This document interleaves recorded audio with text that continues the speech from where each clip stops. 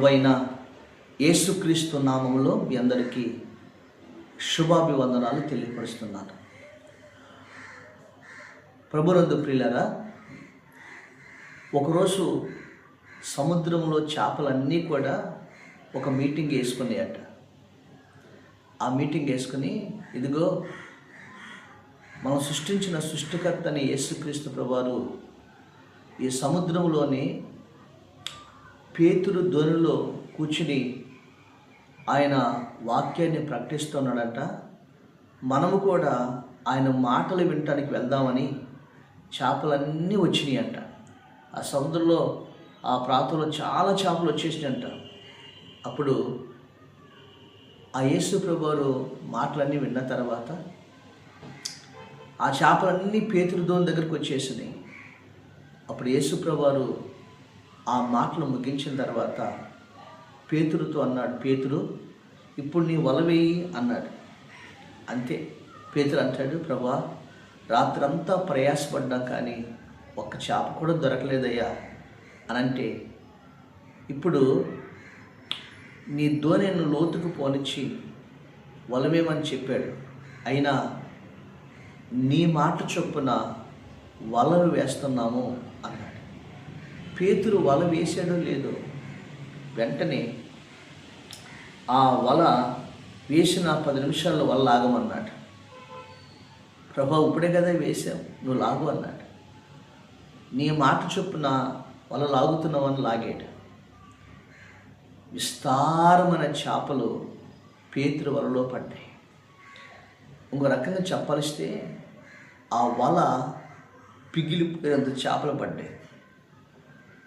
మరొక రకంగా చెప్పాలిస్తే పేతురు ధోని కాకుండా పక్క ధోని వారిని కూడా పిలిచి మాకు సహాయం చేయమని కేకలు వేసి, ఆ పక్క ధోని వారిని కూడా పిలిచి ఆ పేతురు ఆ ధోనిలో కూడా చేపలను వాళ్ళకి ఆ ధోని నిండుగా దేవుడు ఆశీర్వదించాడంట. పేతురు ధోని నిండిపోయింది, పక్కనున్న వాళ్ళ ధోనిలు కూడా నిండిపోయినాయి. అంతగా విస్తారమైన చేపల రాశిని పేతురు యొక్క ధోనిలో, పేతురు జీవితంలో దేవుడు అనుమతించాడంట, ఆశీర్వదించాడంట. దేవునికి స్తోత్రం. పిల్లరా, ఈరోజు ఆ పేతురు రాత్రంతా ప్రయాసపడిన దొరకని చేపలు ఆ క్షణంలోనే ఎందుకు విస్తారమైన చేపలు దొరికినాయో తెలుసా? ఈరోజు నేను చెప్పే మాట ఇదే. ఆయన మాట వింటే సమస్తమును నీ కాళ్ళ దగ్గర పడేస్తాడు దేవుడు. దేవుని మాటలోని మహత్యమైన కార్యాలు నీ జీవితంలో జరిగిస్తాడు దేవుడు. దేవుడి మాట నీ వినాలని దేవుని వాక్యం సెలవిస్తుంది. ప్రియమైన దేవుని బిడ్డలారా, చాలామంది దేవుని మాటలకి వినరు, కానీ దేవుడు నాకు అన్నీ చేయాలంటారు. దేవుడి మాటకి అవిధేయులుగా జీవిస్తారు, కానీ అన్నీ నాకు దొరకాలి అని ప్రార్థన చేస్తారు. కానీ దేవుడు కోరుకునేది ఏంటంటే, నా మాట విని నా ఆజ్ఞల ప్రకారం నువ్వు నడిచినట్లయితే ఈ దీవెనలన్నీ కూడా నీ మీదకు వస్తాయి అని ద్వితీయోపదేశకాండంలో ప్రభు చెప్పిన మాట ఇది. ఆయన మాట మనం వినాలి. ఆయన మాట వింటే నీకు దేవుడు ఏమి చేస్తాడో, ఎలా ఆస్వాదిస్తాడో నేను మీకు 3 విషయాలు చెప్తాను. నెంబర్ 1, ఆయన మాట వింటే నీకు కావలసినటువంటి ఆశీర్వాదం, నీవు వెదుగుతున్నది నీ కాళ్ళ దగ్గరే తీసుకొచ్చి దేవుడు పెట్టినట్లుగా మనం చూస్తాం. ఆయన మాట వినాలి. అదే లోకస్ వార్త 5వ అధ్యాయం నేను చెప్పాను కదా, 5వ అధ్యాయం 3వ వచనం చూసినట్లయితే, దేవుడు పేతురు ధోని ఎక్కాడు. అప్పుడు 5వ వచనం చూసినట్లయితే, 4వ వచనం, భోజించిన తర్వాత ధోని లోతుకు నడిపించి వలవేమని ప్రభువు అడిగాడు. 5వ వచనం, వెళ్ళినవాడా, రాత్రంతా మేము ప్రయాసపడుతున్నాం కానీ మాకేమీ దొరకలేదు అని ఇక్కడ మాట చూడండి, అయినను నీ మాట చొప్పున వలలు వేతుమని ఆయనతో చెప్పాను. ఎవరి మాట చొప్పున? మన మాట చొప్పున కాదు, దేవుని మాట చొప్పున. ఆయన మాట చొప్పున విన్నాడు, ఆయన మాట చొప్పున విధేయత చూపించాడు, ఆయన మాట చొప్పునే వలలు వేశాడు. జరిగింది ఏంటంటే, అప్పుడు వారు అలాగ ఆ చొప్పున వలలు వేతుని ఆయనతో చెప్పాడు. వారు అలాగ చేసి విస్తారమైన చేపలు పట్టిరి. అందుచేత వారి వలలు పిగిలిపోచుండగా వారు వేరొక దోణిలోనున్న తమ పాలివారు వచ్చి తమకు సహాయం చేయవలనని వారికి సంజ్ఞలు చేసిరి. వారు వచ్చి 2 దేళ్ళు మునిగినట్లు నింపిరి. సీమోని పేద అది చూసి మోకాళ్ళ పైన సాగిలపడి నన్ను విడిచిపోమని అని దేవుణ్ణి, నేను పాపాత్ములను ప్రభు అని చెప్పాను. దీని స్తోత్రం. ఎలాగనగా వారు పట్టిన చేపల రాశికి అతనితో కూడిన వారు అందరూ విస్మయము పొందిరి అన్నారు. విస్మయము పొందిరి.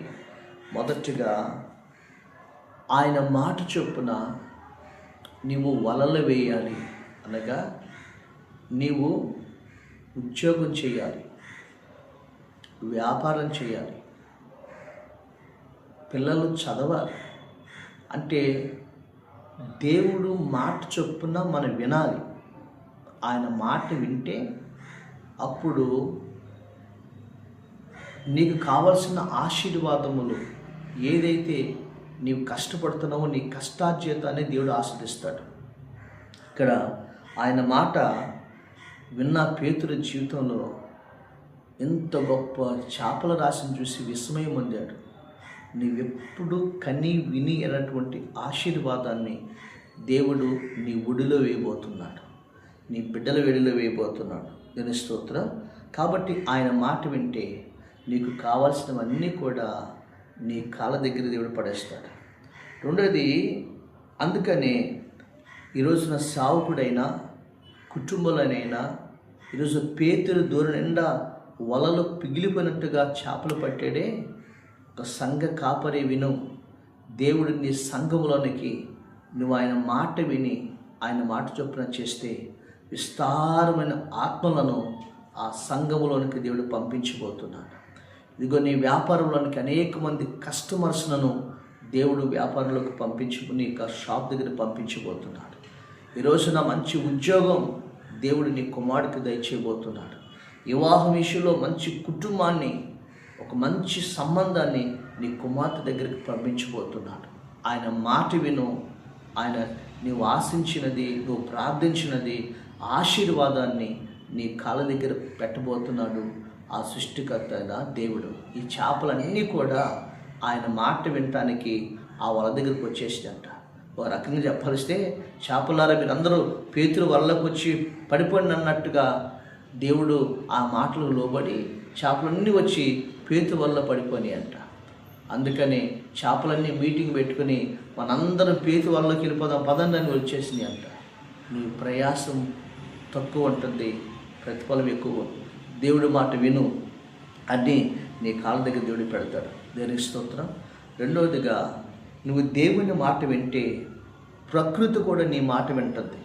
ప్రకృతి కూడా నీ మాట వింటుంది. అర్థమైందండి? దేవుడి మాట వింటే ప్రకృతి కూడా నీ మాట వింటుంది. దేవుని స్తోత్రం. యెహోషువ మహాభక్తుడు. యెహోషువ మోషేకి ఎంతో నమ్మకస్తుడు. ఇశ్రాయేలు ప్రజలందరూ కూడా మోషేకి మాట వినల, అవిధేయులుగా జీవించారు. లక్షల మంది ఇశ్రాయేలు ప్రజల్లో ఒకే ఒక్కడు మోషే మాట విన్నాడు. మోషే మాటకి దైవజనుడైన మోషే మాటకి విధేయత చూపించాడు. ఆయన ఎక్కడ ఉన్నామంటే అక్కడ ఉన్నాడు, ఎక్కడికి వెళ్ళమంటే అక్కడికి వెళ్ళాడు, ఏది చేయమంటే అది చేశాడు. అప్పుడు ఆ యెహోషువని దేవుడు మోషే తర్వాత నాయకుడిగా ఎన్నుకున్నాడు. అప్పుడు దేవుడు చెప్తాడు, మొదటి అధ్యాయం యెహోషువ గ్రంథం, మన మొదటి అధ్యాయము మనం చూసినట్లయితే 1వ అధ్యాయం 7వ వచనం చూసినట్లయితే, యెహోషువ నువ్వు నిబ్బరము కలిగి ధైర్యంగా ఉండము. ఇదిగో నువ్వు ధర్మశాస్త్ర ప్రకారం జీవించు, నువ్వు కుడికి కానీ ఎడమ కానీ తొలగిపోవద్దు, బోధించటంలో తప్పిపోవద్దు. ఇదిగో నీ ప్రవర్తన అంతా కూడా చక్కగా నడుచుకోవాలి అని దేవుడు ఆజ్ఞాపించిన ప్రతి మాట యెహోషువ లోబడతాడు. ఓ పక్క మోషేకి అందరూ వ్యతిరేకంగా ఉంటే, మోషే మాట అందరూ వినకపోతే, అవిధేయులుగా ఉంటే, ఈ ఒకే ఒక్కడు మోషే మాటకు లోబడ్డాడండి. రెండోది దేవుడి మాట కూడా ఈ ఒకే ఒకడు లోబడ్డాడండి. ఒక సమయం వచ్చినప్పుడు, యుద్ధములో ఓడిపోతున్న సమయం వచ్చినప్పుడు యెహోషువ ఏమన్నాడు తెలుసా? యెహోషువ గ్రంథం 10:12 చూసినట్లయితే అక్కడ అంటాడు, అక్కడ యుద్ధం జరుగుతూ ఉంది. శత్రువులు పొద్దుగుపోతే వాళ్ళు ఇళ్ళలో దాక్కుంటారు, వాళ్ళు ఇళ్ళలో నక్కుతారని చెప్పని యెహోషువ అన్నాడు, సూర్యుడా నువ్వు గిబియోనులో ఆగిపో అన్నాడు, అస్తమించొద్దు అన్నాడు. అర్థమైందా? వెంటనే ఆ సూర్యుడు ఆగిపోయాడండి. ఒకనాడల్లా ఆ సూర్యుడు గిబియోనులో ఆగిపోయాడు, అస్తమించడానికి త్వరపడదంట. చంద్రుడా నువ్వు అయ్యోలో ఆగిపో అన్నాడు, చంద్రుడు ఆగిపోయాడండి. మాకు తెలుసా, ఒక నరుని ప్రార్థన దేవుడు ఆలకించి ఆ సృష్టిని ఆపేశాడండి. దేవుని స్తోత్రం. ఈ చరిత్రలో కూడా ఏమడింది, 24 గంటలు అది అస్తమించకుండా అలా ఉండిపోయిందంట. ఈరోజు జ్ఞాపకం చేసుకుని ప్రియులరా, ఒక్క నరుడు మాట. ఎందుకని? ఈ యెహోషువ దైవజనుడైన నాయకుడైన మోషే మాట విన్నాడు, సృష్టికర్త అనే దేవుడి మాట విన్నాడు. అన్న దైవజనుడి మాట వింటే దేవుడి మాట విన్నట్లే. అనగా ఇప్పుడు సృష్టి యెహోషువ మాట వింటుంది. దేవునికి స్తోత్రం. ఈ సృష్టిలో దేవుడు నీ కూడా ప్రార్థించినప్పుడు నీ విషయంలో కూడా దేవుడు నీకు లోబడేటట్లుగా దేవుడు చేస్తాడండి. అందుకని యెహోషువకి ఈ ప్రజలందరూ కూడా లోబడి గౌరవించేటట్లుగా మన 2 అధ్యాయాలు మనం చూస్తాం.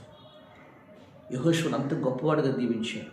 ఈరోజున రెండవదిగా నువ్వు దేవుడి మాట వింటే సృష్టిని నీకు లోబడేటట్లుగా దేవుడు చేస్తాడు. మూడవదిగా నువ్వు దేవుడి మాట వింటే, జ్ఞాపకం చేసుకోండి, నువ్వు దేవుడి మాట వింటే అవమానాన్ని ఆశీర్వాదకరంగా ఆనందంగా మారుస్తాడు దేవుడు. ఆపదలో ఆ దేవుడు నీకు ఆయన తోడై ఉంటాడు, ఆపదలో ఆదుకుంటాడు ఆయన.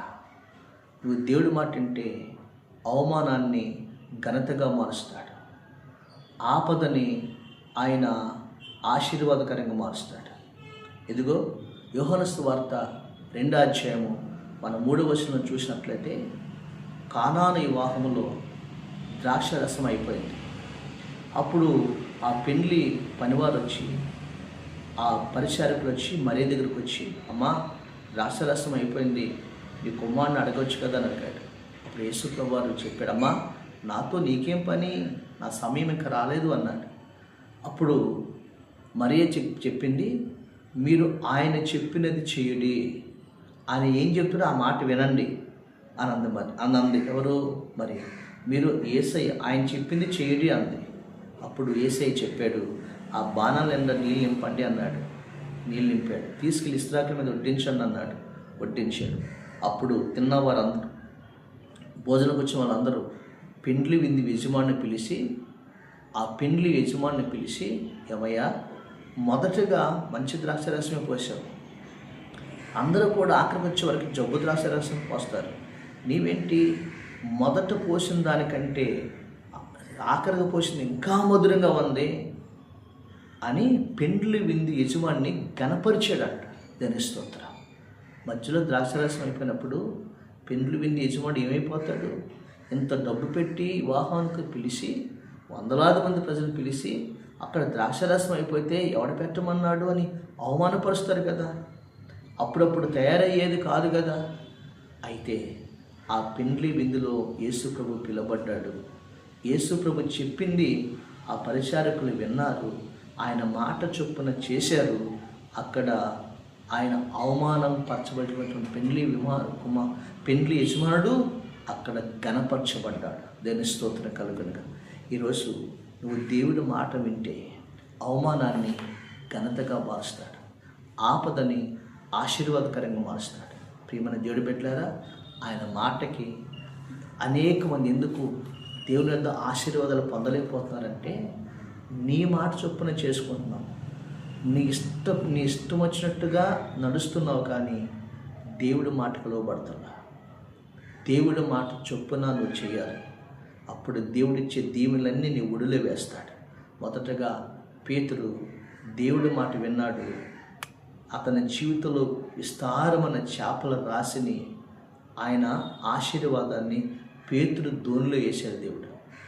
అనగా నీ ఇంటిలో కావాల్సిన ప్రతిదీ కూడా నీ కాళ్ళ దగ్గర పెడతాడు. రెండోది, యెహోషువ దేవుడు మాట చొప్పున చేశాడు. దైవజనుడు నాయకుడు మాట విన్నాడు. యెహోషువ మాట చొప్పున ప్రకృతి కూడా ఆ యెహోషువ మాట వింటూ చూసినట్లుగా మనం చూస్తున్నాం. మూడవదిగా, అదిగో పెండ్లి విందు యజమానుడు పరిచారకులు యేసయ్య మాట విన్నారు, ఆయన చెప్పినట్టుగా చేశారు, అవమానాన్ని గంతగా మార్చాడు. పిల్లరా, ఈరోజున నీకేమైపోయినాయి? మధ్యలో ఈరోజున ఆర్థికంగా ఇబ్బంది పడుతున్నావా?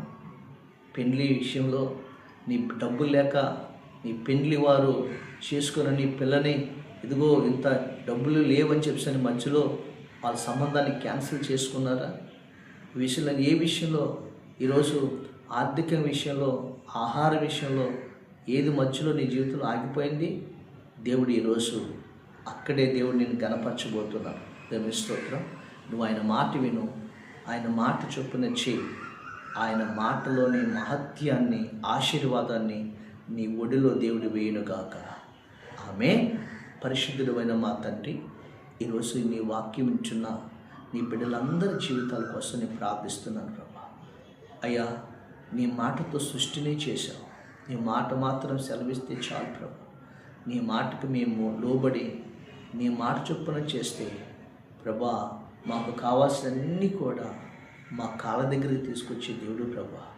ఏ బిడ్డలు ఏ విషయంలో అయితే ప్రభా ఇంకా నీ మాటకు అవిధేయులుగా ఉన్నారు, ఆ అవిధేయత నుంచి విడిపించి నీ మాట చొప్పున చేసి బిడ్డలుగా దీవించండి. వాళ్ళకి కావాల్సిన ప్రతి కొరతలన్నీ తీర్చండి ప్రభా. ప్రతిదీ కూడా బిడ్డలకు దయచేయండి. వాళ్ళ ఉద్యోగాల విషయంలో, వ్యాపారం విషయంలో, వివాహాల బిడ్డల విషయంలో, చదువుల విషయంలో ప్రభా, ఆర్థిక అసమానతల విషయంలో, ఆర్థిక మాంద్య విషయంలో, కరువులో నాయన బిడ్డలు ఏ విషయంలో అయితే అనారోగ్యంతో ఉన్నారు ప్రభా, నువ్వు మాట మాత్రం సెలవిస్తే చాలు ప్రభా. నీ మాటకు లోబడ్డాడు శతాధిపతి, స్వస్థపరిచినట్లుగా నీ బిడ్డలు మీరు ముట్టి స్వస్థపరిచి ప్రభా, ఈ వాక్యం ఇచ్చిన ప్రతి బిడ్డ జీవితాల్లో మహోన్నతమైన కార్యాలు జరిగించమని యేసు నామమున అడుగుచున్నాము తండ్రి. ఆమేన్.